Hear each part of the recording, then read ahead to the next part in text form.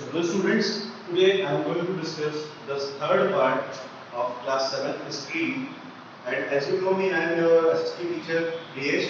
So let us start the third part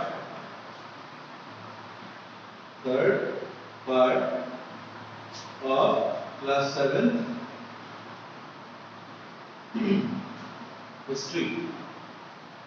Okay, so we were studying about the Mughal Empire. Okay, the Mughal Empire. So before discussing the further topics of this chapter, let us recall what we have learned till now in this chapter. ठीक है? अभी तक हमने इस chapter में क्या क्या पढ़ा है, इसके बारे में एक बार रिवीजन कर लेते हैं. सेकेंड और फर्स्ट पार्ट. ओके? सो पहली चीज जो हमने पढ़ी थी, ठीक है, वो था इंट्रोडक्शन ऑफ मुगल्स. मुगल्स कौन थे इनके बारे में हमने पढ़ा. ठीक, तो मुगल्स कौन थे? Mughals were initiated from Mongolia. ठीक है, they were the successors of Genghis Khan from their mother side and successors of Timur from their father side. ठीक है, so from mother side Genghis Khan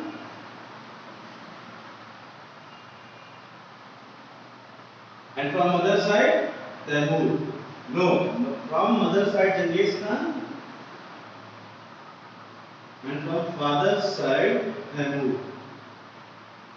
Okay, so this was the initiation or the formation or the introduction of Mughals. ऐसे मुगलों की उत्पत्ति हुई थी. वो अपने माता की तरफ से जंगीज खान के वंशज थे और पिता की तरफ से तैमूर के वंशज थे. ठीक है, तो ये था इंट्रोडक्शन जो मैंने बताया था. ठीक, दूसरी चीज that I was discussing, second thing was ruling capability of Mughals. ठीक है, कैपेबिलिटी ऑफ मुगल्स. ठीक है, कैसे कैसे मुगलों ने किस किस राज्यों पे, किस किस किंगडम में राज्य किया. ठीक है, कैसे वो किंगडम मुगल की कंट्रोल में आए थे. ठीक, so this was red in this topic, ruling capability of Mughals. So one thing I missed in introduction was कि इंट्रोडक्शन में मैंने ये भी बताया था कि किसने मुगल एम्पायर को इंट्रोड्यूस किया इंडिया में. ठीक है, उसके पहले जो इंट्रोड्यूस करने वाला था वो क्या था. ठीक है, so firstly Mughal empire was introduced in India by Babur. ठीक है, Babur was the founder of Mughal dynasty or Mughal Empire in India. Okay. So in 1526, at the Battle of Panipat, Babur defeated the Sultan of Delhi, Ibrahim Lodi. ठीक है, Ibrahim Lodi at that time was Sultan of Delhi, and he was defeated by Babur at Battle of Panipat in 1526. So after defeating Ibrahim Lodi, Babur became the Sultan of Delhi.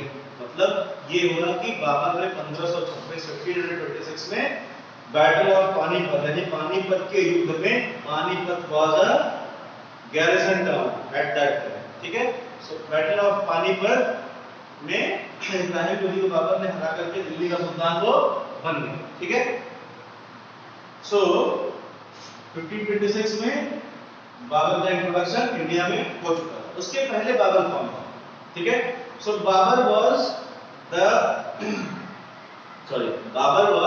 son of king of Farghana. ठीक है, in 1494 after his father's death Babur became the king of Farghana, which is a Mongolian territory. ठीक है, so in 1494 at age of 12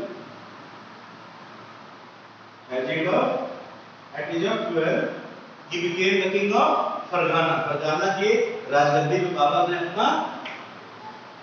Babar को बैठा दिया गया. ठीक है, उसके फादर की डेथ के बाद. ठीक, सो जब उज़्बेक्स का आक्रमण फिर से हुआ, ठीक, when Uzbeks, the other community of Mongolia, attacked again on the throne of Farghana.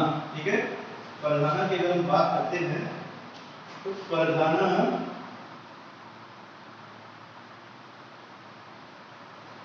पे दूसरी मंगोलियन कम्युनिटी उज़्बेक्स. ठीक है, Uzbeks were the competitors of, or they were the owners of Farghana before Babur. Okay, so by this we can say that at the age of 12, after annexing Farghana, Babur was forced to leave his throne. Okay, when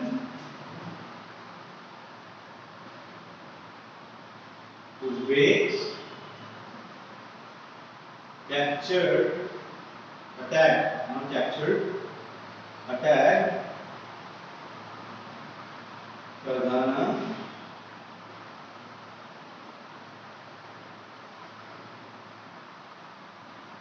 Babur was forced to leave the throne.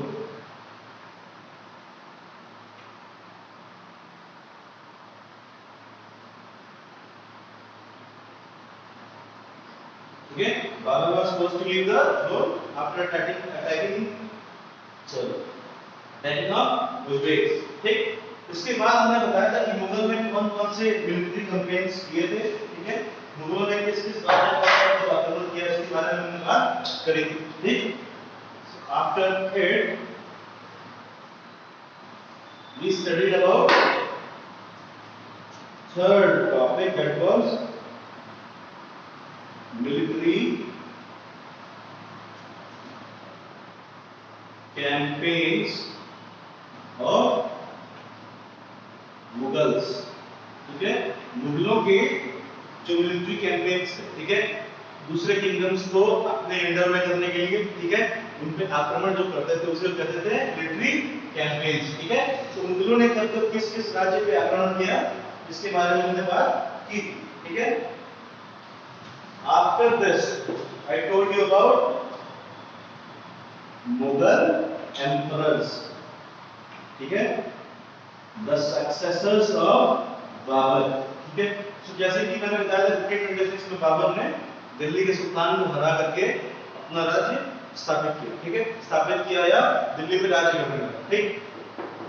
सो उसके बाद जब उसके successors थे, यानी कि उनकी जो आने वाली पीढ़ी थी, जो बाबर के बच्चे थे, ठीक है, उन्होंने राज्य किया दिल्ली पे, ठीक। So Mughal dynasty is considered as the most ruling dynasty of Delhi, मतलब कि दिल्ली के राजगद्दी पे सबसे ज्यादा रूल करने वाली, सबसे ज्यादा रूलर्स, जिस डायनेस्टी के रूलर्स ने राज्य किया दिल्ली पे, that was from Mughal dynasty, okay. So after Babur his son became king, his name was Humayun.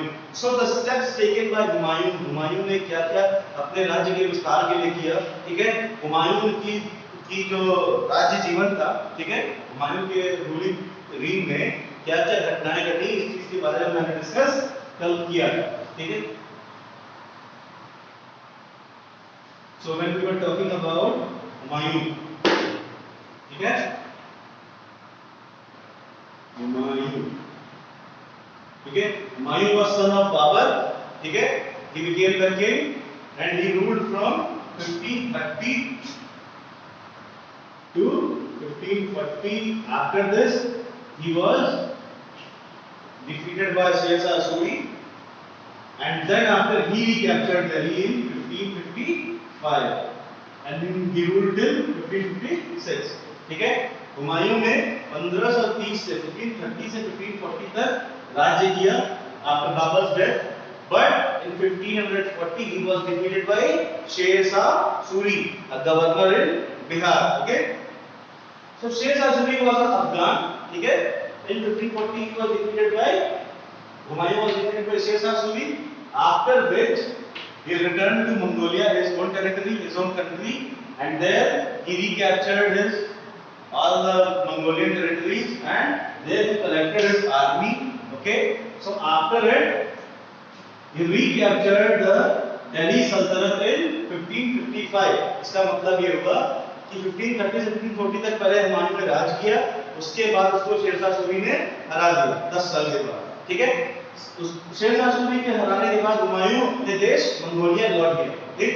वहां अपनी सेना को फिर से इसने इकट्ठा किया, ठीक। इकट्ठा करने के बाद इसने शेर शाह सूरी पे फिर से आक्रमण कर दिया, ठीक। शेर शाह सूरी पे फिर से हमला करने के बाद 1555 में दोबारा दिल्ली की सल्तनत को इसने अपने कब्जे में कर लिया। He recaptured Delhi Sultanate in 1555, and he ruled till 1556. Okay, he died in 1556 after an accident in his building. मतलब कि उसके महल में एक ऐसी घटना हुई जिसकी वजह से उसकी मौत 1556 में हो गई. ठीक है. So these were all the topics that I told you about Humayun. ठीक है. हुमायूं की डेथ के बाद क्या हुआ? मुगल एम्पायर किसके हाथ में गया? This was also discussed by me in last lecture. Okay. So in the third part,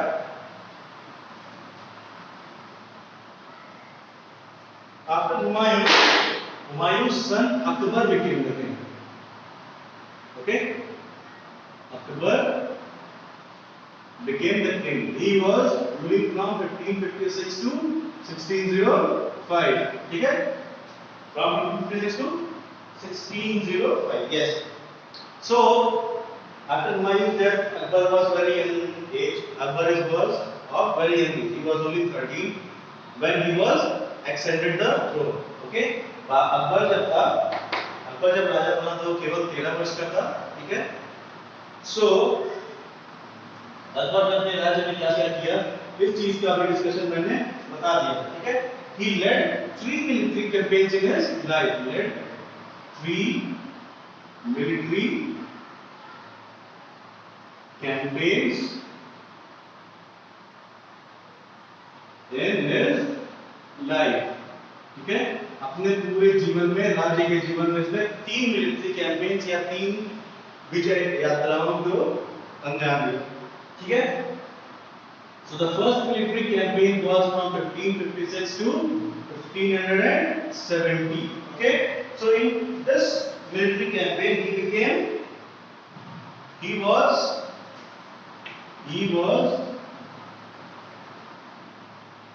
led by Baron Khan. ठीक है. Baron Khan was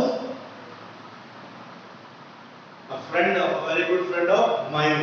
मतलब कि बैरन खान के द्वारा अकबर की सेना को लीड किया गया. ठीक है. लीड करने का मतलब उसने ही सेनापति का भार संभाला. ठीक है. सेनापति था ये. Baron Khan was a very good friend of Humayun as well as he was army chief of Akbar's army और हुमायूं's army. ठीक है. हुमायूं ने मुगल सेना का सेनापति थे. Okay. So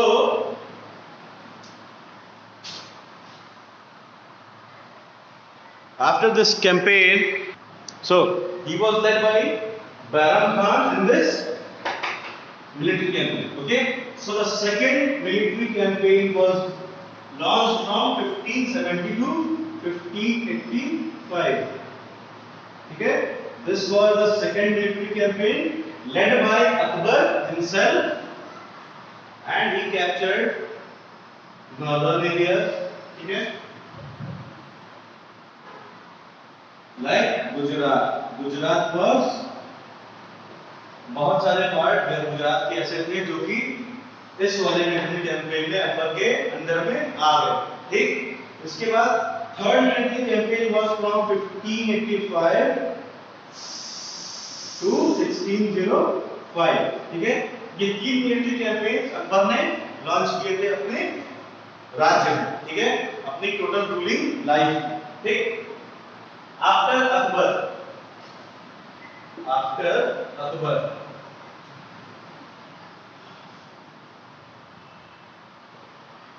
Akbar, his son Jahangir became the ruler of Delhi or Delhi Sultan. Okay. So when we talk about Akbar's successor,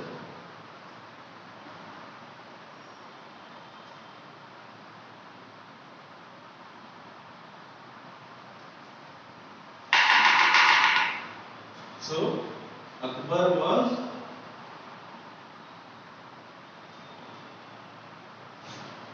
succeeded by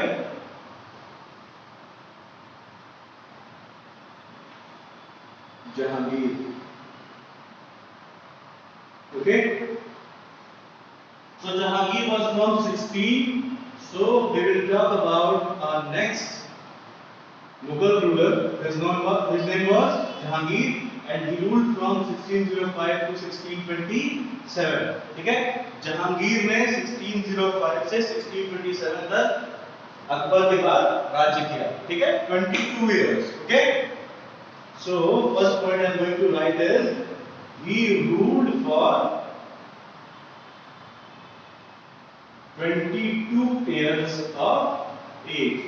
22 साल उसने राज्य किया। 22 years, he ruled for 22 years, not for age, 22 years। okay, so in his life when military campaigns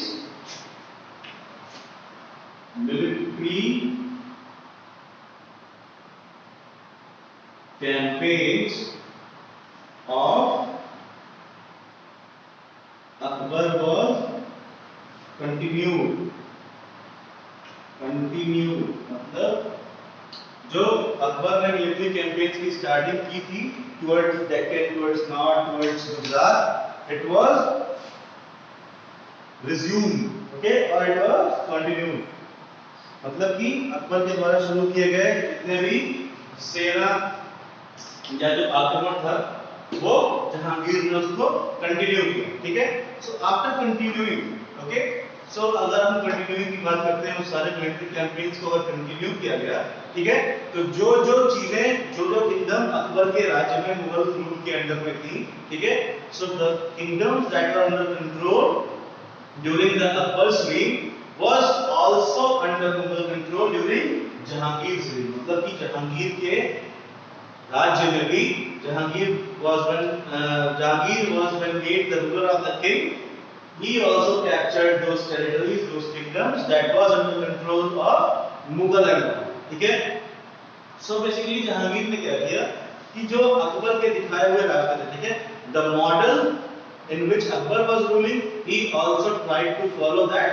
model। मतलब कि जब जिस तरह से अकबर ने रूल किया, ठीक है, उसी तरह से जहांगीर अपने राज्य में शासन करने लगा। ठीक है, सो अकबर ने जैसे 3 मिलिट्री कैंपेन चलाए थे। ठीक है, first thing from 1556 to 1570, second was from 1570 to 1585 and third was from 1585 to 1605। Okay, so when we talk about Jahangir, he also resumed that military campaigns। okay, so after continuing of military campaigns, okay, when we talk about military campaigns, resuming of military campaigns, so the first thing that came to our mind is Amar Singh। Who was Amar Singh? Amar Singh was ruler of Mewar। Ruler of Mewar, he was the ruler of Mewar। So when Jahangir was the king of Delhi, okay, जब जहांगीर दिल्ली का सुल्तान बना तो अमर सिंह के ऊपर या मेवाड़ के ऊपर जहांगीर ने अपना मिलिट्री कैंपेन चला दिया या उसके ऊपर आक्रमण कर दिया। ठीक है, सो जब उसने आक्रमण किया मेवाड़ के ऊपर, ठीक है, तो Amar Singh was defeated very badly. Amar Singh क्या किया, बहुत बुरी तरह से हार गया। ठीक है, उसके बाद he accepted Mughal service in Mewar.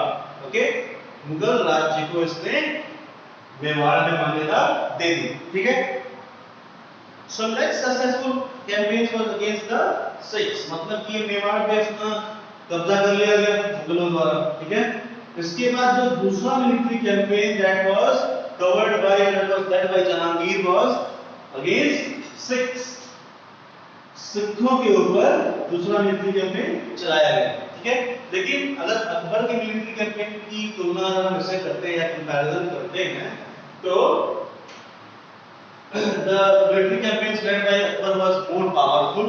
ठीक है, it was more ambitious, मतलब कि वो बहुत ज्यादा अच्छे लेवल की मिलिट्री कैंपेन्स थी। ठीक है, उसने बहुत सारे राज्यों को एक ही बार में सक्सीड किया। ठीक है, या अपने अंडर में किया था। But if it was about Jahangir, it took only one big military campaign। After that the rebellion was started and the military campaigns was stopped। मतलब कि मिलिट्री कैंपेन अमर सिंह के साथ ही एक हुआ बड़ा। ठीक है, उसके बाद जितने मिलिट्री कैंपेन थे वो छोटे छोटे हुए। ठीक, तो उसके बाद क्या हुआ जितने भी सारे जो छोटे छोटे राज्य थे, जैसे कि सिखों की बात कर ले रहे हैं, ठीक है, तो सिखों के अंदर में सारा पंजाब और जितना भी नॉर्थ इंडिया कहा जाता है, ठीक है, ये सारी चीजें आती थी इनके अंदर, ठीक। तो सिखों के खिलाफ बहुत कम मिलिट्री कैंपेन हुए, but the military campaign against Ahoms, the third thing, military campaign against Ahoms and Ahmednagar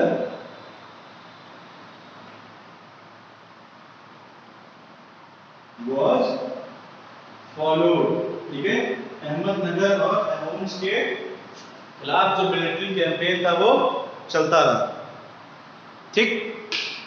सो अहोम्स और अहमदनगर में जो मिलिट्री कैंपेन थे वो चलता रहा, but in his last years of rule, जब Jahangir was in his last years of ruling, so he was rebelled by his son Prince Khurram, ठीक है। प्रिंस खुर्रम जो इनके बेटे थे जहांगीर के, he started a rebellion war against his father, ठीक है। अपने पिता के खिलाफ उसने विद्रोह कर दिया, ठीक है। Prince Khurram was the future Mughal king and he was named as, जब प्रिंस खुर्रम राजा बना, when he became the sultan of Delhi, he was named as Shahjahan, ठीक है। शाहजहां बने प्रिंस खुर्रम, ठीक है। So when we talk about the fourth topic and the fourth incident that took place in Jahangir's rule was, he was rebelled by his son Prince Khurram, ठीक है। Prince Khurram के द्वारा इनको विद्रोह का सामना करना पड़ा, ठीक है। तो अगर हम प्रिंस खुर्रम की बात करते हैं, ठीक है, so prince Khurram tried to establish his own rule on Delhi सल्तनत, मतलब कि प्रिंस खुर्रम जो थे वो ये चाह रहे थे कि अब मुझे राजा बना दिया जाए, ठीक है, क्योंकि there were a lot of sons of Jahangir, ठीक है। जहांगीर के बहुत सारे बच्चे थे, यानी कि प्रिंस खुर्रम के बहुत सारे भाई थे, but Prince Khurram wanted to be the next king just after Jahangir, okay, so just to regain that throne he rebelled against his father Jahangir, okay। Jahangir के खिलाफ इसने विद्रोह कर दिया था शाहजहां ने, ठीक। अब हम बात करते हैं शाहजहां या प्रिंस खुर्रम की, ठीक है। सो जहांगीर की जो लाइफ थी वो यहीं से स्टॉप हो गई, ठीक। इसके बाद एक लास्ट इंसिडेंट जहांगीर के रूल में हुआ था, उसका डिस्कशन हम करेंगे, ठीक है। The last incident that took place in Jahangir's rule was Noor Jahan led some steps to marginalize or stop the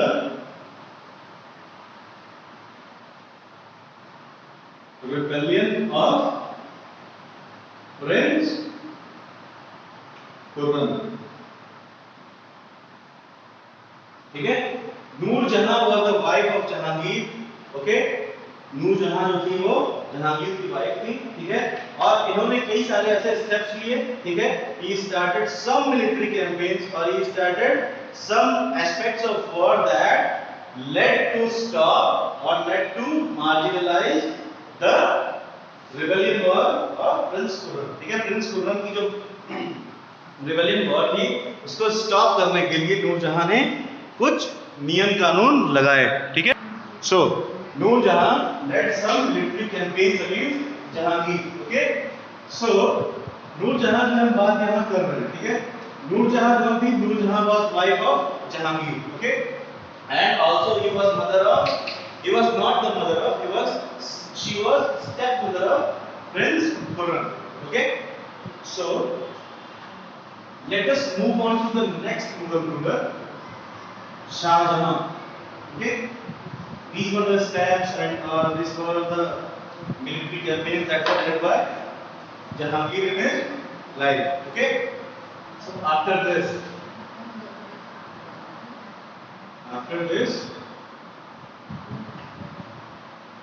Shah Jahan became the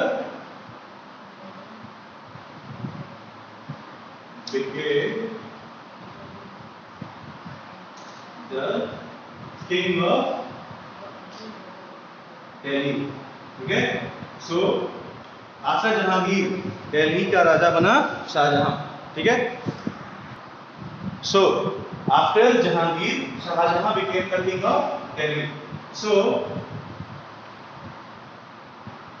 Shahjahan, जब हम शाहजहां की बात करते हैं, ठीक है, तो Jahangir after rule of Jahangir in 1627 ended, he became the new king of or the new sultan of Delhi.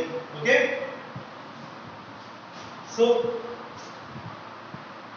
Shahjahan ruled from 1627 to 1658. ठीक है, शाहजहां ने 1627 से 1658 तक राज्य किया था. ठीक है, तो फिर शाहजहां के रूल में क्या क्या चीजें चेंज हुई जहांगीर और बाकी मुगल रूलर्स के कंपैरिजन में. ठीक है, ये चीजें हमें इसमें जाननी है. ठीक है, सो पहली चीज जो कंटिन्यू है वो थी मिलिट्री कैंपेन्स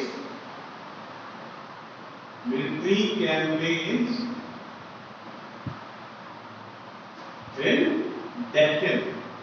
मतलब कि डेक्कन के इलाके में मिलिट्री कैंपेन जो था वो चालू रहा या फिर कंटिन्यू रहा. ठीक है, इससे क्या हुआ कि उस समय दक्षिण दिशा, डेक्कन का मतलब दक्षिण दिशा के जो राज्य थे. ठीक है, सो दक्षिण दिशा के जो राज्य थे वहां बेसिकली मराठाओं का राज था. ठीक है, सो Marathas were the rulers of Deccan. Okay, so when we talk about Deccan, military campaigns was continued in Deccan. Okay, इसके बाद दूसरी चीज की बात करेंगे, उसके पहले कुछ जान लो. ठीक है, डेक्कन पे हमला करते वक्त शाहजहां ने जो मुश्किलों का सामना किया वो ये थी that it was very difficult to capture Deccan kingdoms because the rulers of Deccan kingdom were so small and powerful till the time, because when we have discussed earlier that after the commanders rule stopped, जब जैसे इक्तदारी system खत्म हुआ तो इक्तदारी system खत्म होने के just बाद ही जितने भी दूर के किंगडम्स थे, ठीक है, उन्होंने अपना खुद का एक राज्य बसा लिया था और that kingdoms were small as well as powerful. मतलब कि डेक्कन के जितने भी राज्य थे वो छोटे तो थे but they were very powerful. ठीक है, so that is why it was not so easy to capture those Deccan areas और Deccan kingdom. Okay, it was very difficult to defeat Marathas of Deccan. ठीक है, दूसरी चीज की बात करते हैं तो अफगान हमलों की अगर हम बात करें तो जब शाहजहां के रिंग में, शाहजहां के रूलिंग लाइफ में अफगानों का इंट्रोडक्शन हुआ. ठीक है, so the first Afghan noble that attacked on Shah Jahan's rule और Shah Jahan's kingdom of the Delhi सल्तनत was Khan Jahan Lodi. Okay, so he was the Afghan noble that attacked during Shah Jahan's rule. Afghan noble Khan Jahan Lodi attacked Delhi and was defeated. He was defeated by Shah Jahan when he attacked Delhi Sultanate. Okay, so basically हुआ क्या था कि खान जहान लोधी को हरा दिया गया जब उसने दिल्ली पे आक्रमण किया. ठीक है, after that military campaigns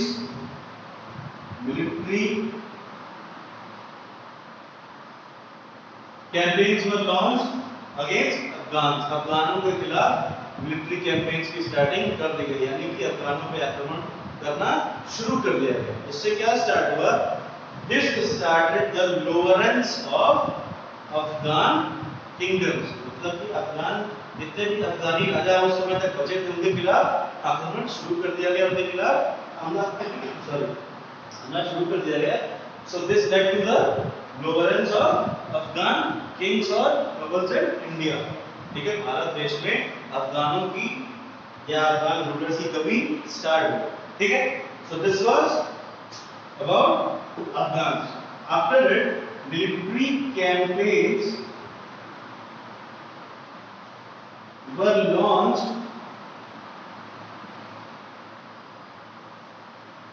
in Ahmednagar. ठीक है, तो अहमदनगर की जब हम बात करते हैं तो अहमदनगर शुरू से मुगल एम्पायर के कंट्रोल में आना बहुत मुश्किल था. But so when we are talking about Ahmadnagar, ठीक है, हम अहमदनगर की बात करते हैं. ठीक है, सो अहमदनगर के कई सारे ऐसे राजा थे, मुगल रूलर्स कई सारे ऐसे राजा थे जो अहमदनगर पे बहुत दिनों से कब्जा करना चाहते थे, बट दे वर अनसक्सेसफुल. ठीक है, अनसक्सेसफुल इस मामले में थे क्योंकि अहमदनगर के जो रूलर्स थे they were very small but they were very powerful. क्योंकि जैसे इक्तदारी सिस्टम तो खत्म हुआ, ठीक है, इक्तदारी सिस्टम खत्म हुआ, ठीक, तो इक्तदारी सिस्टम में क्या होता था कि स्मॉल किंगडम्स, एक बड़े किंगडम को स्मॉल किंगडम्स में बांट दिया जाता है. बट द डिस्टेंस जो डिस्टेंस्ड किंगडम्स थे, ठीक है, जो दूर दराज के राज्य थे, उनपे इतना इजीली कंट्रोल कर पाना किसी भी मुगल रूलर के लिए, किसी भी रूलर के लिए it was not very easy. So in distance kingdom मतलब कि जो मेन किंगडम से जो दूर दराज के इलाके थे वहां पे जो गवर्नर्स हुआ करते थे वो अपना राज्य बसा रहे थे. ठीक है, दे took an independent charge on that kingdom. अपने उस राज्य पे अपना खुद का शासन चलाने लगते थे. ठीक है, तो शासन चलाने की वजह से क्या होता था कि वहां उस किंगडम में वो छोटे तो होते थे but they were very powerful. They started a small kingdom but they were very powerful kingdom. ठीक है, छोटे किंगडम्स होते थे but they were very powerful. So when we talk about Ahmednagar, it was a very small kingdom but it was very powerful. But in Shahjahan के rule में अहमदनगर को military campaign चलाया गया. ठीक है, but at last Orchha of Ahmednagar, Orchha की अगर हम बात करते हैं तो Orchha was the centre of Ahmednagar. मतलब कि अहमदनगर का मेन मार्केट था ओरछा.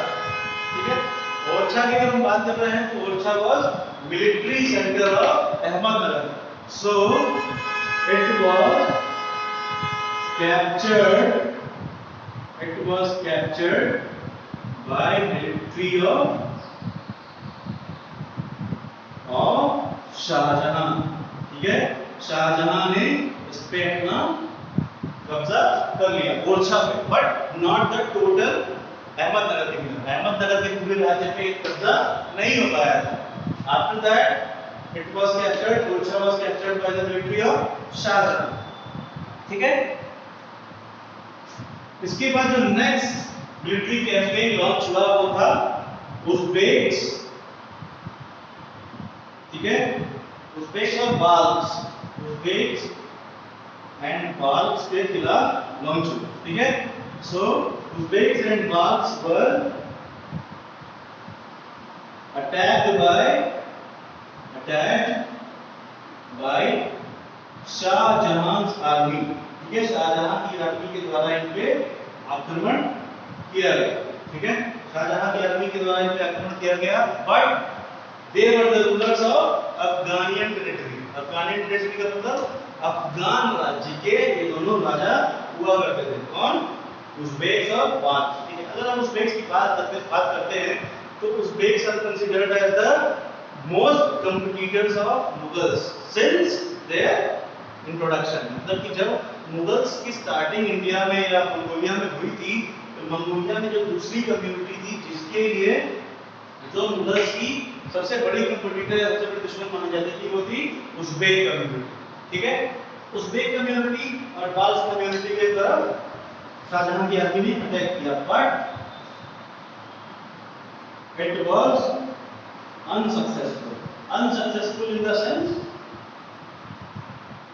इसका मतलब क्या हुआ? अनसक्सेसफुल का मतलब ये हुआ कि आक्रमण सही नहीं साबित हुआ और ये दोनों बच गए, इनके ऊपर आक्रमण जो है सफल नहीं हुआ है, ठीक।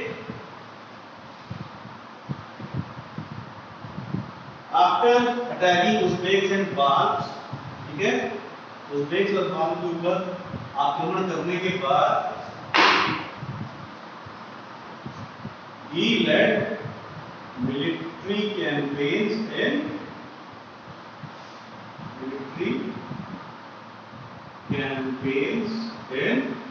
अफगानिस्तान, ठीक है। इसके बाद आफ्टर उज़्बेक्स और बाल्स, मतलब उज़्बेक्स और बाल्स से हार झेलने के बाद इसने अफगानिस्तान के कुछ राज्यों पे आक्रमण कर दिया, ठीक है।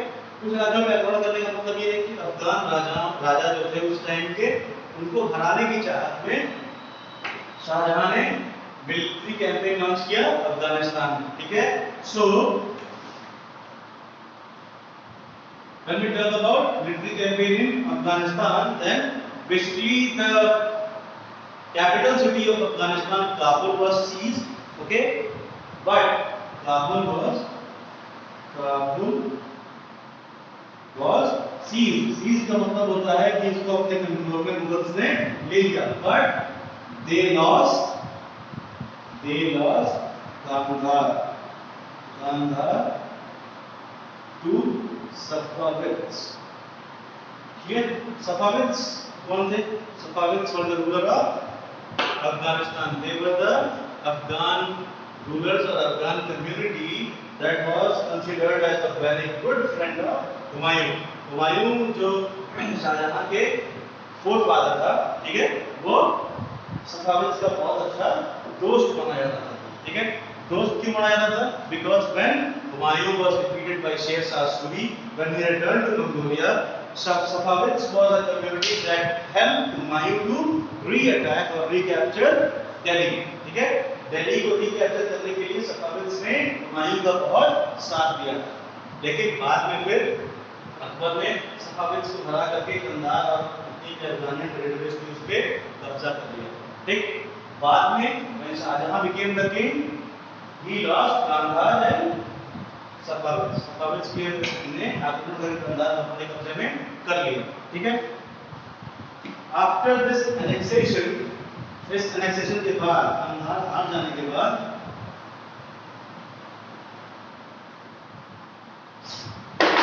in 1632, Ahmednagar along with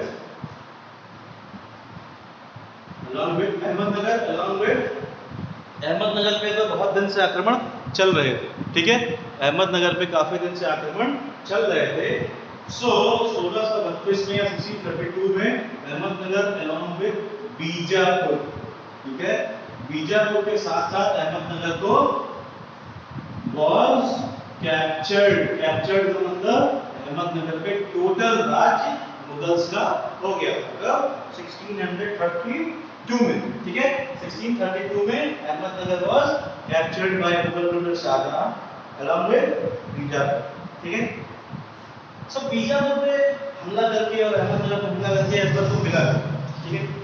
Akbar को मिला ये Ahmednagar was a very important sea route from India to any other country, दूसरे टेरिटरी में जाने के लिए अहमदनगर बहुत बढ़िया सी रूट था या सी का पोर्ट था, by which they can export many other traders from another country, दूसरी कंट्री से ट्रेडर्स को एक्सपोर्ट किया जा सकता था या ट्रेड को एक्सपोर्ट किया जा सकता था, ठीक है। ठीक है, अहमदनगर के कैप्चर के बाद during his life Shahjahan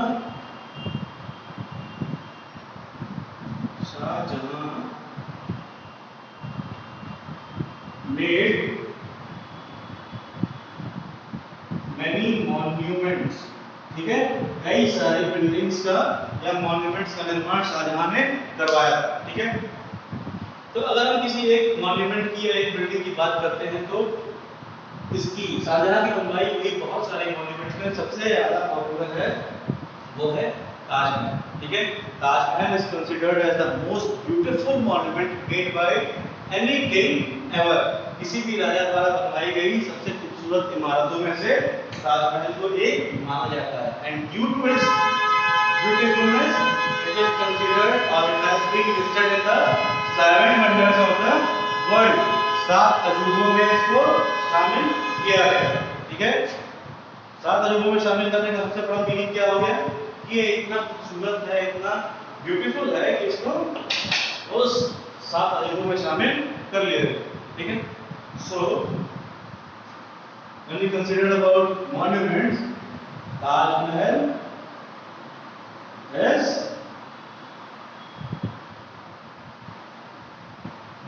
best made, ठीक है।